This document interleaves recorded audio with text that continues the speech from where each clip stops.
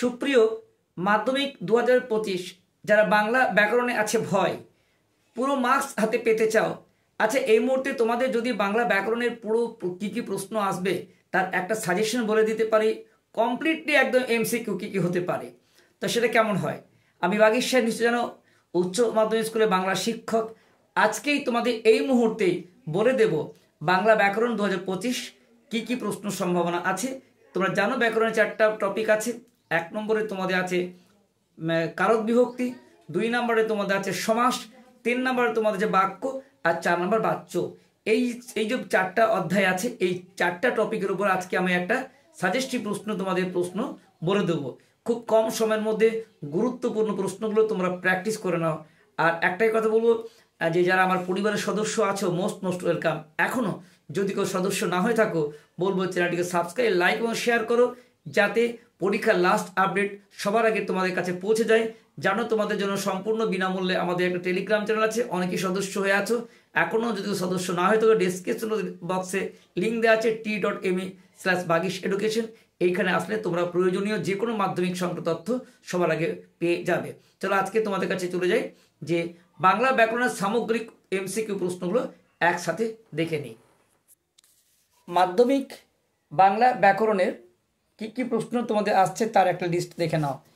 একদম তোমাদের প্রথম টপিক ওয়াই আলোচনা করব। প্রথমেই তোমাদের কারক বিভক্তি আছে।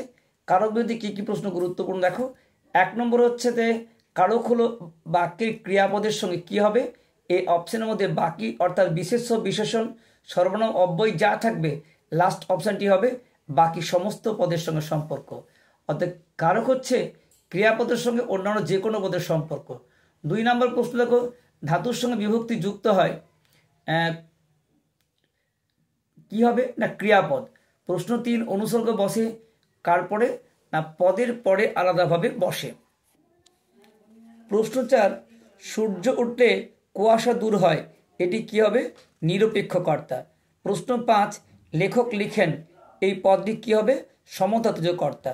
প্রশ্ন 6, যা যা চেয়েছিলে তা দিয়েছি, এটা হবে কর্মে বিপ্সা। তোমাদের একটা জানিয়ে রাখি, এই সমস্ত উত্তরটা কিন্তু তোমাদের থাকছে আমাদের টেলিগ্রাম চ্যানেলে, সেখানে পিডিএফ আকারে তোমরা কিন্তু পড়ে নিতে পারো। আর যদি তোমার সব জানা থাকে একবার প্র্যাকটিস করে নিলে কোনো ক্ষতি নেই। প্রশ্ন 7, সে কি ঘুমি না ঘুমোলো, এটা কি হবে ঘুম ধাতু, সমধাতুজ কর্ম হবে। প্রশ্ন 8, আমায় নহে গো ভালোবাসা মোর গান, এই বাক্যে কর্ম কোনটি গান হবে। প্রশ্ন 9, নিম্নরেখ পদগুলির মধ্যে কোনটি অপাদানকারক, উত্তর হবে গ বিপদে মোরে রক্ষা করো। প্রশ্ন 10, নিচের কোনটি নির্দেশক, উত্তর হবে টি। প্রশ্ন 11, নিচের কোনটি তির্যক বিভক্তি, উত্তর হবে এ। প্রশ্ন 12, সে অঙ্কে কাঁচা, এটা কি হবে অধিকরণ কারক হবে কারণ বিষয়। প্রশ্ন 13, ক্রিয়ার সঙ্গে সম্পর্কহীন পদকে কি বলা হয় অকারক। প্রশ্ন 14, অনুসর্গ প্রধান কারক কি হবে, এর মধ্যে করণ কারক। প্রশ্ন 15, বিভক্তি প্রধান কারক কি হবে অধিকরণ কারক। প্রশ্ন 16, মাঠে ধান শুকিয়ে গেল, এখানে যে মাঠের হচ্ছে এটা কি হবে সম্বন্ধ পদ। তারপরে দেখো প্রশ্ন 17, সোনার আংটি বাঁকাও ভালো, এখানে কি হবে এটা উপাদান সম্বন্ধ। প্রশ্ন, একটি সম্বোধন পদের উদাহরণ, এখানে কি হবে যে এখানে ওগো আজ তোরা যাসনে ঘরের বাহিরে। তারপর দেখো প্রশ্ন 19, অনুসর্গ যোগে একটি করণ কারক কি হবে গান দিয়ে। প্রশ্ন 20, একটি হেতুময় কারণের উদাহরণ কি হবে পাথরে পা কাটা গেল, পাথরের জন্য হচ্ছে। প্রশ্ন 21, মেঘ থেকে জল পড়ে, এটা কোন কারক হবে অপাদান কারক। প্রশ্ন 22, দেখো নিম্নরেখ পদগুলি কোনটি সামীপ্য সূচক, উত্তর দুয়ারে দাঁড়ায় আছি গাড়ি, দুয়ারে দাঁড়ায় গাড়ি। প্রশ্ন 23, নিম্নরেখ পদগুলি কোনটি তোমাদের লক্ষণাত্মকরণ কারক, পৈতাই বামুন চেনা যায়। প্রশ্ন 24, একটি প্রযোজকর্তার উদাহরণ কী হবে তিনি আমাকে দিয়ে অঙ্ক করালেন। প্রশ্ন 25, ধাতুকে বলা হয় কি ক্রিয়ার মূল। প্রশ্ন 26, ঘোড়ায় ঘাস খায়, এখানে নিম্নরেখ পদে কোনটি বিভক্তি, উত্তর অন্তস্থ। প্রশ্ন 27, রাজায় রায় যুদ্ধ হয়, এখানে বাক্যের কোনটি কর্তা, এটা করে ব্যতিহার কর্তা, দুটোই কর্তা হচ্ছে। প্রশ্ন 28, দেখো আমি ভাইকে সাইকেল দিলাম, এটা বাক্যের যে ভাইকে সাইকেল কি হবে এটা যথাক্রমে গৌণ কর্ম এবং মুখ্য কর্ম। কারণ তোমরা জানো যে কি দিয়ে প্রশ্নগুলো মুখ্য আর কাকে দিয়ে হলো গৌণ। মুখ্য কর্ম অপ্রাণীবাচক আর গৌণ কর্মে প্রাণীবাচক। সাইকেলকে কী দিয়ে প্রশ্ন করা যায়, কী দিলাম এবং সাইকেলের প্রাণ নেই। আর কাকে বললে কর্ম, কাকে দিলাম, ভাইকে, তারপর কাকে দিয়ে প্রশ্ন হচ্ছে এবং তোমার এখানে ভাইয়ের প্রাণ আছে, তাই অপ্রাণীবাচক হয় মুখ্য কর্ম আর প্রাণীবাচক হয় গৌণ কর্ম। তাই যথাক্রমে গৌণ কর্ম ও মুখ্য কর্ম, এটাই হবে উত্তর। তাহলে মাত্র 28টি প্রশ্ন শেষ করলাম আমরা কারক বিভক্তি। ঢুকে গেছি আমাদের সমাস। সমাসের মধ্যে গুরুত্বপূর্ণ কোনগুলো? সমাস কথা অর্থ কী? উত্তর সংক্ষেপ। প্রশ্ন দেখো 30 তোমাদের নিচের কোনটি সমার্থক দ্বন্দ্ব টাকা করি। প্রশ্ন 31 পদ্মা নামক নদী, এটা কি হবে? মধ্য পদলোপী কর্মধারয়। প্রশ্ন 32 কাজল কালো শব্দটি ব্যাসবাক্য কী হবে? কাজলের ন্যায় কালো। প্রশ্ন 33 সিংহাসন এই পদটির সমাস কী হবে? সিংহ চিহ্নিত আসন, তাই মধ্য পদলোপী কর্মধারয়। প্রশ্ন 34 এটি রূপক কর্মধারয় কী হবে? ক্রোধানল, কারণ ক্রোধ রূপ অনল। প্রশ্ন 35 দেশের জন্য প্রেম, দেশপ্রেম, এটা কী হবে? জন্য বলে নিমিত্ত কারক হয়। প্রশ্ন 36 গণেশ শব্দটির ব্যাসবাক্য কী হবে? গণের ঈশ। প্রশ্ন 37 জলধর শব্দের ব্যাসবাক্য কী হবে? জল দান করে যে। প্রশ্ন 38 একটি ব্যাপ্তি তৎপুরুষ সমাসের উদাহরণ কী হবে? চিরসুখী। প্রশ্ন 39 লাঠিতে লাঠি যে লড়াই, ব্যাসবাক্যটি কী হবে? এখানে সার্থক বহুব্রী। তারপরে দশভুজা শব্দটির ব্যাসবাক্য কী হবে? দশভুজা যার, এটা হবে নিশ্চয়ই সমাসটা বুঝতে পারছো যে যাহার বললে বহুব্রী সমাস হয়। উপনগরী, এটা খুব গুরুত্বপূর্ণ নমুনা প্রশ্ন। কী হবে? নগরীর সমীপে, সামীপ্য অর্থ হচ্ছে কোন অর্থে? সামীপ্য। প্রশ্ন 42 প্রতিধ্বনি সমাসবদ্ধ পদটির ব্যাসবাক্য কী হবে? ধ্বনির সদৃশ।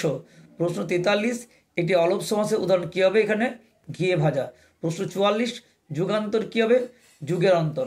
প্রশ্ন 45 কোনটি অব্যয়ীভাব? উত্তর গরমিল, মিলের অভাব। 46 যে সমাসে পূর্বপদে বিভক্তি লোপ পায় কী বলা হয়? অলপ সমাস। একটি বাক্যাশ্রয়ী সবুজ বাঁচাও কমিটি হবে। প্রশ্ন 48 উপমান ও উপমের মধ্যে অভেদ কল্পনা যে সমাসের বৈশিষ্ট্য কী বলে? রূপক কর্মধারয়। প্রশ্ন 49 সমাসের প্রধান লক্ষণ কি? পূর্ববর্তী পদে বিভক্তিকরণ। প্রশ্ন 50 সমাস মোট কত প্রকারে হয়? 8 প্রকারে। প্রশ্ন 51 খাসছে মহল খাসমহল, এটি কোন সমাসের উদাহরণ? কর্মধারয়। প্রশ্ন 52 যিনি রাজা তিনি ঋষি রাজর্ষি, এখানে পূর্বপদ পরপদ কী হবে? না এখানে তোমার পূর্বপদ যিনি রাজা তিনি ঋষি, এখানে দুটোই বিশেষ্য হচ্ছে। প্রশ্ন 57 যোগ্যতা হলো বাক্যের মধ্যেকার পদগুলি।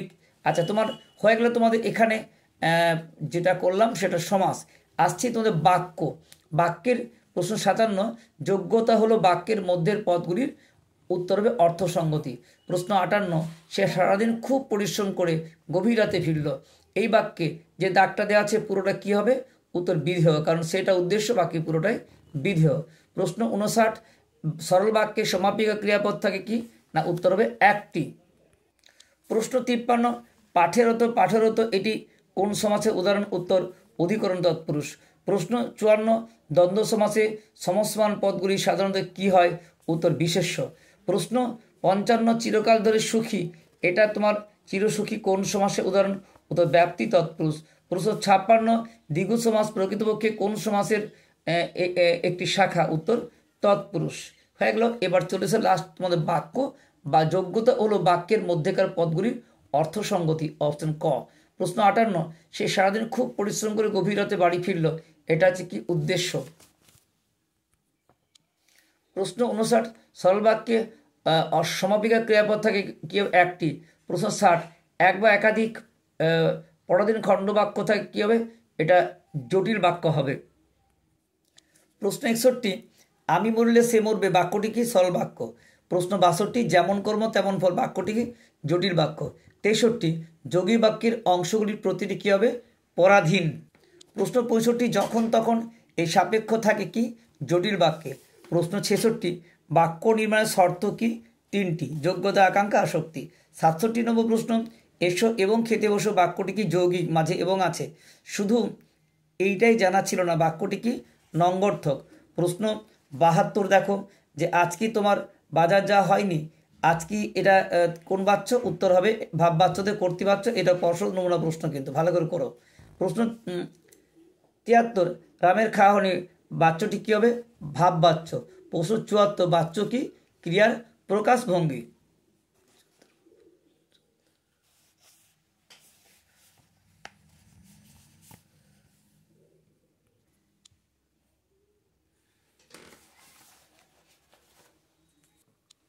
তাহলে সুপ্রিয় মাধ্যমিক 2025 বাংলা ছাত্রছাত্রীরা, টোটাল ব্যাকরণে কি এমসিকিউ প্রশ্ন আসতে পারে তার সামগ্রিক 80টি প্রশ্ন তোমাদের প্র্যাকটিস করানো হলো। এগুলো অবশ্যই তোমরা প্র্যাকটিস করো পরীক্ষায় কমন পাওয়ার জন্য, এবং এটা তোমাদের পুরোটাই কিন্তু দিয়ে দেওয়া হচ্ছে আমাদের যে টেলিগ্রাম চ্যানেল আছে t.me/বাগিশ এডুকেশনে ক্লিক করে। যদি এখনও সদস্য হতে পারেনি চলে এসো, এবং সমস্ত পিডিএফ কিন্তু এখানে পেয়ে যাবে। এছাড়া এখানে পাবে তোমাদের মাধ্যমিকের সংক্রান্ত লাস্ট গুরুত্বপূর্ণ আপডেটগুলি এখানে দেওয়া থাকছে। তোমাদের যা প্রয়োজন এখানে ডিমান্ড করলে পেতে পারো। তাই অবশ্যই বলবো তোমরা যে আমাদের টেলিগ্রাম চ্যানেল আছে সেখানে সদস্য যে এখনও হওনি, ক্লিক করে চলে এসো। আর যারা এখনও আমার পরিবারের সদস্য হয়ে আছো তাদের মোস্ট ওয়েলকাম। শুধু যাওয়ার আগে একটাই কথা বলতে চাই, প্রিয় বন্ধু ও বান্ধবীদের এটি শেয়ার করো, কেমন লাগলো জানিও, এবং তোমাদের প্রত্যেকের পরীক্ষা সাফল্য কামনা করে আজকে এখানে শেষ করছি। দেখা হচ্ছে নেক্সট ভিডিওতে অন্য কোনো বিষয় নিয়ে। এই পর্যন্ত সকলে ভালো থেকো। মাধ্যমিক পরীক্ষা প্রত্যেকের ভালো হোক। আজকে মা সরস্বতী দেবীর পুজো শুরু হয়েছে, আগামী কালও হবে। দেবীর কৃপায় তোমাদের প্রত্যেকের জীবনে শুভ আশীর্বাদ বর্ষিত হোক। দেবীর আশীর্বাদ নিয়ে তোমরা মাধ্যমিকে বিজয়ী হব। সকলেই কিন্তু আশা আকাঙ্ক্ষা পূর্ণ হোক, এটাও আমার মনের থেকে সম্পূর্ণ ইচ্ছা। আমার মাধ্যমিকের প্রচুর ছাত্রী বোর্ডে র্যাঙ্ক করে আসছে। সারা পশ্চিমবঙ্গের প্রত্যেকটি ছেলেমেয়ের প্রতি আমার শুভ আশীর্বাদ রইল, এবং দেবীর আশীর্বাদ তোমাদের উপর বর্ষিত হোক। সকলের শুভকামনা হচ্ছে জানাচ্ছি। আবার দেখা হচ্ছে নেক্সট ভিডিওতে। পরীক্ষার মাঝে মাঝে তো সব তথ্য কিন্তু পেয়ে যাবে। তাই অবশ্যই বলবো যে এখনও যদি তোমাদের চ্যানেলটি সাবস্ক্রাইব করা না থাকে, সাবস্ক্রাইব তো করবে, বেল আইকন অল ক্লিক করে রাখবে যাদের করা নেই। সকলের শুভেচ্ছা জানিয়ে আজকে শেষ করছি। দেখা হচ্ছে অন্য কোনো ভিডিওতে।